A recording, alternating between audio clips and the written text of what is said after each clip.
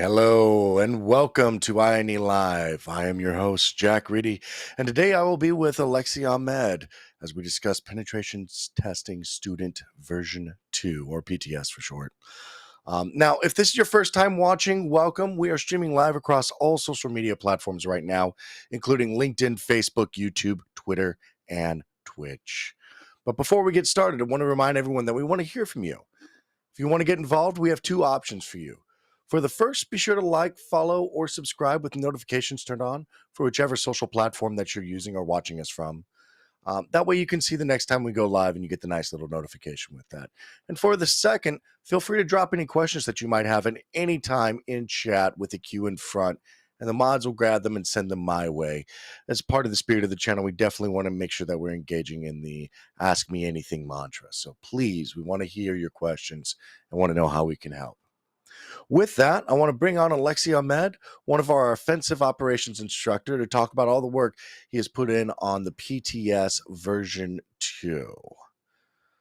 Hey, Alexis, you there? There you are. How are you doing? Glad to have you here. Fine, thanks. Thanks a lot for having me on.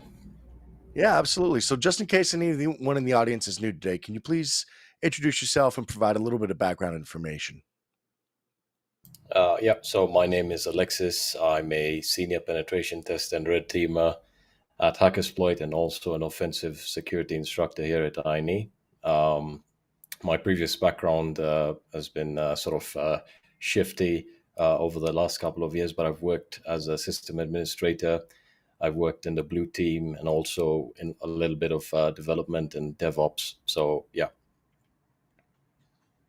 Excellent. I can already see that we're getting the questions going in, so we're going to go ahead and continue on with PTS and start talking about it. I mean, so why don't we just go ahead and start with who was the target audience behind PTS? I know it's something that we worked on together, but when you were starting to craft, the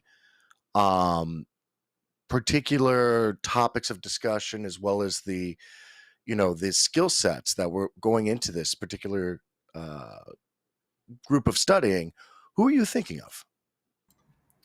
Well, as you know, our target audience is primarily individuals who are looking to get into cybersecurity, and more specifically, get into a pen testing role or also a defender role. And when we were building this learning path and certification, our primary objective was to build something that we would have found useful when we got started.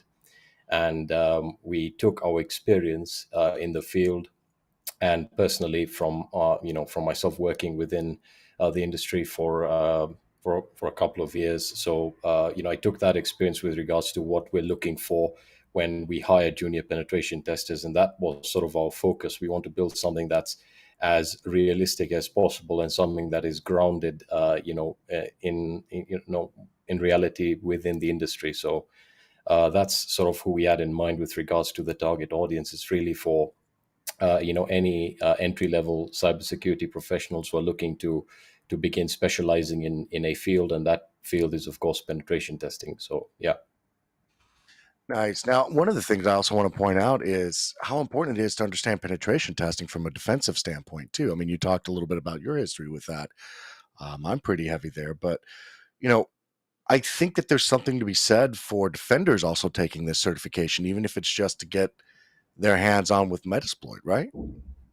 Absolutely. I mean, it's actually vitally important, primarily because it gives defenders a better understanding of the adversary, right? And it sort of gives them a clearer picture as to what they're dealing with regards to attacks, throughout the entire pen testing life cycle. So, yeah, I do agree. It's very, very important.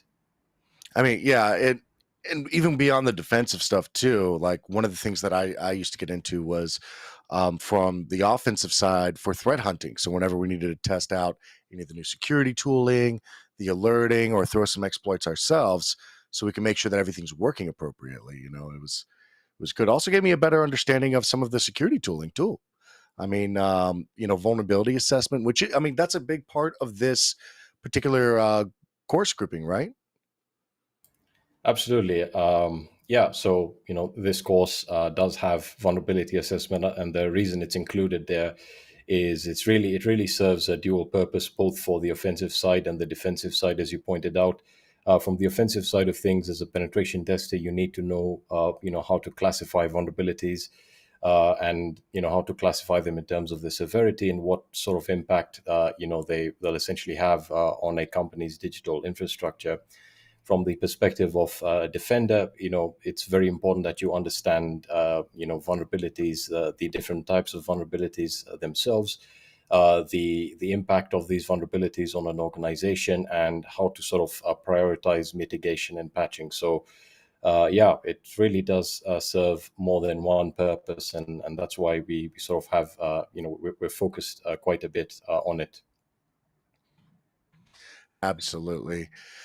Yeah, the I mean, with that type of focus as well, I think one of the things that, you find is cybersecurity is a difficult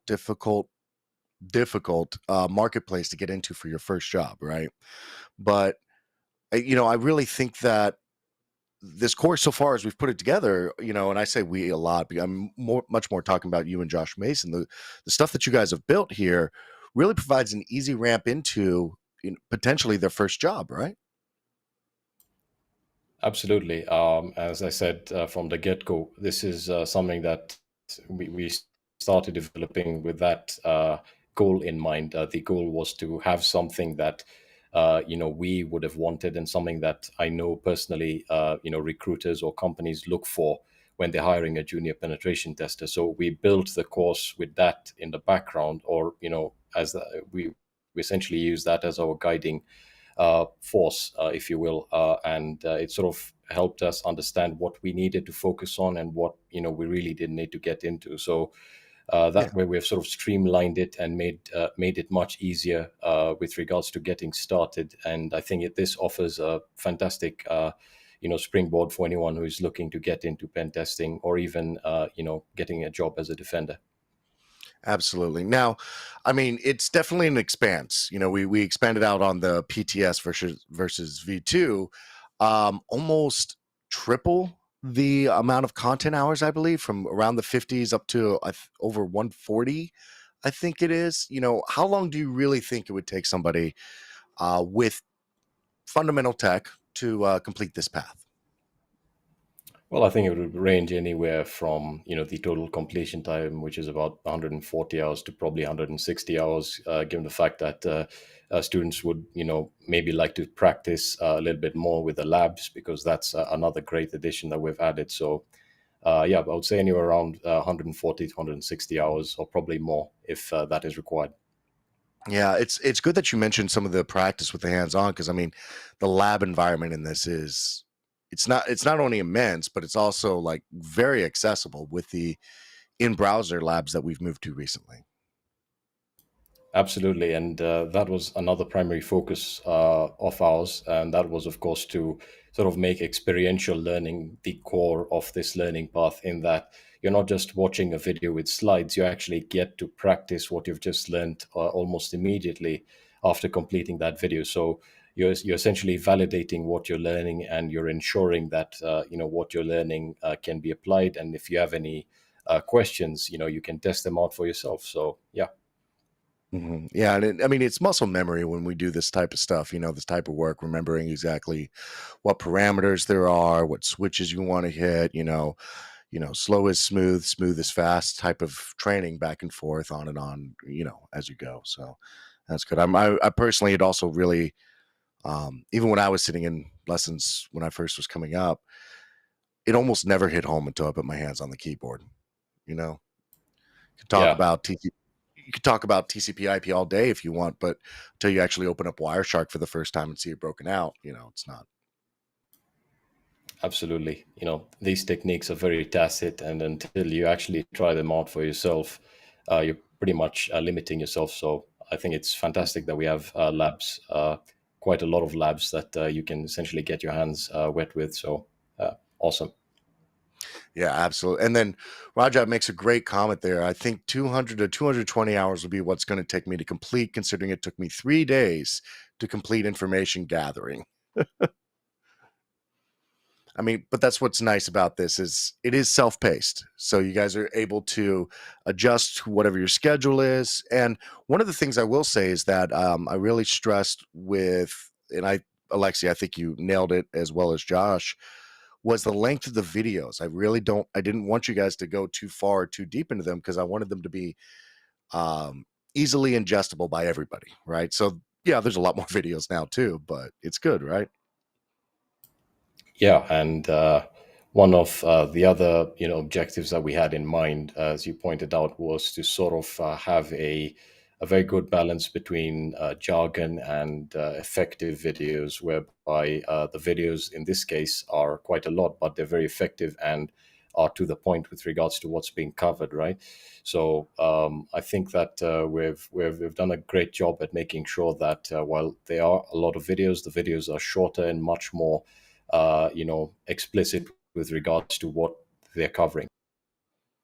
Absolutely. And I mean, and another nice part too is because we broke them out into, I believe there's 12 courses now, plus all the videos. It's going to be a lot easier for us to maintain this subject matter as, the technology grows, as the field grows. Yeah, yes, it's a constantly evolving landscape. So the fact that we've broken them down into individual modules makes it easier to update and also keeps the course or the learning path relevant. Yeah, very much so. And so Abdullah actually sent us a great question asking if EJPT v2 will make EGPT v1 useless. And I wouldn't say that per se. I feel like we raised the bar though, as far as what we were offering versus what we're offering now. And because it's a fundamental, understanding of what hacking is, EJPT, v1 had its use, but now we're going to cover that and more in the new version, right? Yeah, absolutely. And again, just going back to that question, EJPT version 1 was released quite a while ago. So EJPT version 2 is sort of an update of version 1 and is updated with not just newer techniques and newer tools, but also updated to meet the requirements of the junior pen testing role or junior pen tester role. So we've made sure that it's up to date with regards to what employees are looking for and what roles and responsibilities you will be assigned when you get started as a junior penetration tester. Absolutely. And, I see another from Rajat, I believe. And guys, sorry if I'm completely horrible with names. I apologize. But I have started doing PTSv2 for EJPv2 without doing EJPT. Will that be okay? As I can see that the prerequisites for PTSv2 were also basic Linux and web skills only. Yeah, absolutely. With regards to the prerequisites, they really are very simple. In the case of Linux, it's really just about navigating around the file system, knowing a few basic commands. The rest of the stuff will all be covered. So again, we built the course assuming that an individual pretty much is starting off from base camp, and so we're very cognizant of that, and we make sure that the videos highlight important aspects. So yeah, with regards to the prerequisites, I wouldn't worry about taking version 1 and then version 2. You can start off with version 2 immediately. You're not going to miss anything. Absolutely. And then, you know, regarding, I believe Gabriel asked, just curious as to what has changed regarding the learning path and EJP v2 from the original. We kind of talked about that a little bit, Gabriel, but we expanded out on a lot of different things. We updated technology. I mean, I know that we were looking at a lot of the Windows 10, Windows servers, things like that that were updated. We've adjusted vulnerabilities. I mean, you want to talk a little bit more about that, Alexi, as well as go into some of the details? Yeah, I mean, if you compare the two learning paths side by side, it's pretty clear what the improvements are. Firstly, we've broken down, we've essentially broken down the penetration testing lifecycle, or each phase of the penetration testing lifecycle, into its own course. And with regards to each phase of the penetration testing lifecycle, we have gone much deeper than EJPT version 1. So, for example, within information gathering, we've been extremely comprehensive with covering passive reconnaissance techniques, and we have sort of expanded upon all of these phases of a penetration test. So we cover passive information gathering, active information gathering, which will involve network scanning and footprinting. We cover enumeration, which was something that didn't exist previously.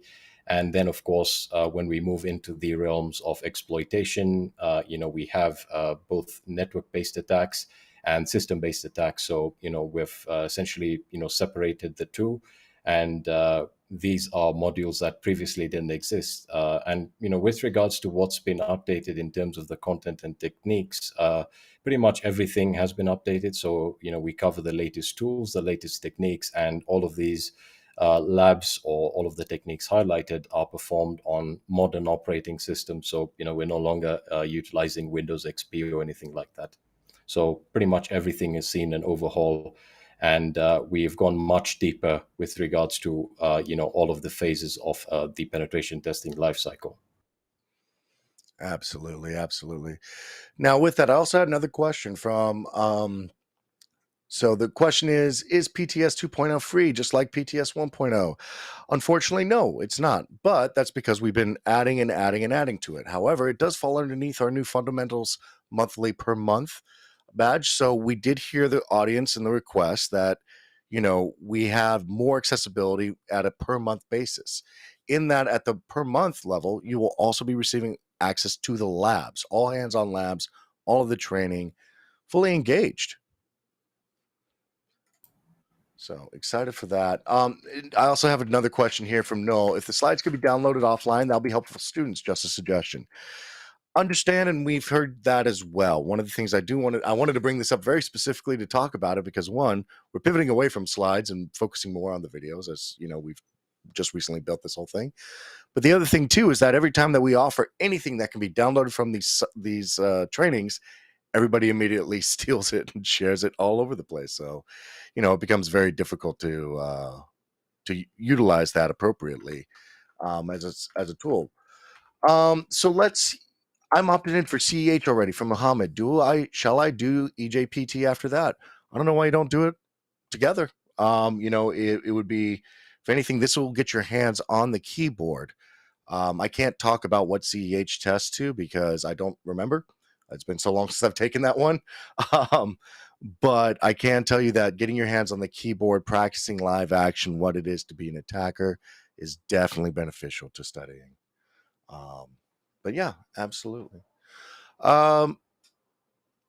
So with that, we do have some questions here from Avia and Yasser about some exams and some vouchers and some stuff. I do want to let you all know we are talking about specifically the PTS course V2 right now. EJPT V2, it's coming down the pipe. It's coming out very soon. And I see your questions about the particular use of the vouchers or how we're going to transition things. I don't have those answers for you just yet. That's coming right down the pipe. We'll have better answers for you, and we'll definitely be putting out a press release for that as well. Okay. I saw your enthusiasm in the chat. I want to make sure that I mentioned that as well and not just blow over there. All right. So let's talk about I mentioned the fundamentals, altogether, Alexi. Let's talk about that for a second, because in that we're talking about CCNA, or Cisco Certified Network Associate, Pentester, PTSv2, cloud fundamentals, Azure fundamentals, and a whole bunch of other education in there that we're also building on top of. Did you have this type of access to education as you were coming up? Because for me, it was really difficult too.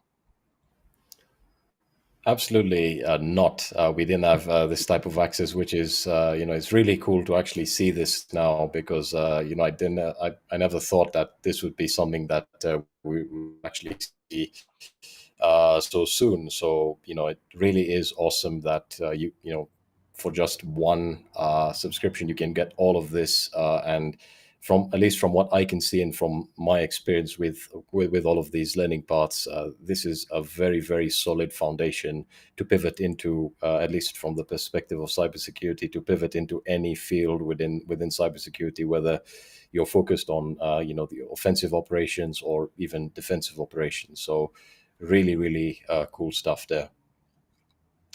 Absolutely, absolutely. And just to remind people too, so Uday, I have experience in threat hunting. Also looking to go for pen tests. So can I go for EJPT instead of PTS? I mean, so the EJPT is the certification that you can utilize as, hey, I completed PTS. It's a marker of in time that you were able to pass it, which we've also been working on the revamp for that too. A lot more hands-on, a lot more complex. It's a bigger network in total. So with that, what type of jobs does EJPT V2 prepare us to enter, Bob? I mean, we've talked about junior penetration tester, which is in the name, but I would also say SOC analyst one, threat hunter, and so you got some more, Alexi? Well, I think it's pretty much, I would say, most entry level positions within cybersecurity. Even an information security officer. I think that would be really a great starting point. And yeah, I think it's really going to be focused, or the core of this learning path is going to give you the skills necessary to pretty much get inside the door of cybersecurity as an industry. And from that point on, based on your own interests and preferences, you can choose to get into pen testing or become a defender, etc. Yeah, I mean, I don't think a lot of people realize how much of a mesh our field is. That once you get into the market and you're able to demonstrate that you have experience, in one particular skill set, you can easily pivot into something else that really has your attention or your passion at the time. I mean, it's definitely not unheard of to go from a SOC level 2 or level 1 analyst into a pen testing team, or vice versa. You get done with pen testing and you want to pivot over. I know a lot of individual companies structure that way as well, that you have to sit on the SOC team before you can do the more advanced stuff, just to make sure you understand the basic flow of information. Yeah, absolutely. And as you pointed out, it's the industry is a synergy of multiple specializations. So, the way I see it, the PTS version 2 learning path is sort of your springboard into cybersecurity. And then, once you've gotten your start, you can then choose to specialize or to, go down any path that you feel piques your interest, or, you're passionate about. So, yeah. Yep. And I've got a lot of people getting some questions about, should I study for V1? Should I go through V2? Again, if you are familiar with V1, you can move on to V2 as well. You don't have to be at all. V2 is designed to stand by itself. So that way people don't have to go and retake V1. I mean, that would be insane if we're adding 144 hours onto the 50 that already exist, and so on and so forth, right? Yeah, it's going to be redundant. So yeah, you can just start off with PTSv2. No problem with that at all. Yep, absolutely, absolutely. And then people are asking, where do you move on from there? I would say go on to PTP, so penetration testing professional, before you do the extreme path, which all of those are going to be looked at for the next update, which I think the next update you're working on is probably going to be uh, web application pen testing, I think is what we have you slated for, right? Yeah, and that's another good point that we actually failed to mention. The PTS version 2 learning path is also a great starting point to get into web app pen testing, because we Yeah. cover the fundamentals of web app pen testing. So, as I said, it's really a springboard for getting started. So after you've taken it, you can pretty much decide whether you want to get into if you want to focus directly on pen testing, infrastructure, or networks, or you want to move on to web app pen testing. So yeah. Somebody asked if the voucher for V2 still will be $200. I believe so. I am pretty sure that's the price point that's going to stick around. Again, we work on the content, so but I believe that's actually the plan. So to maintain. And it's one of those things that we really, I really enjoy about this certification is that it is fully designed to give as much access as possible and education as possible to anybody that wants to participate. From the monthly cost of the access to the cert itself, you're talking about in total a couple $100, whereas just the cert exams for others can be upwards of $1,000+. So I'm really excited about this, and I think that we hit the mark. We it's good, and we also have another one coming out too in a little while called Enterprise Defense Administrator. Plan on seeing that. You've already seen some of the courses come out already with Brian Olive, our one of our defensive instructors as well. So really excited about how we're moving forward there, Lexi. Yeah, absolutely. This is something that I think we're really pleased with regards to how it came out. I think it's on par with most pen testing certifications in terms of content, and I think it's even much better than some of the others because of how much experiential learning it offers, through the labs. So yeah, really, really pleased with it, and excited to see how the cybersecurity community, reacts to it. So yeah. I'm very excited as well. So I think we've just about covered everything that's on the PTS. Let me roll through the questions real quick. You have any final comments as I'm double checking our question queue? No, I think I'm happy to answer any questions. I think we've covered pretty much all of the key talking points. So yeah. Absolutely, guys. Okay, well, Alexi, I'm going to go ahead, and I know this has been short, but I am going to go ahead. Thank you for your time. Guys, that's going to be about wraps up for today's stream. Thank you so much for your watching. And if you're just tuning in, if you missed it live, look for the replay across our social channels and on the INE website. We'll be alive again next Tuesday, June 7th, and we look forward to hearing from you again. Be sure to like, follow, subscribe on your choice of social platform with notifications so you can stay in the loop for details on the next stream and hear about our community giveaways.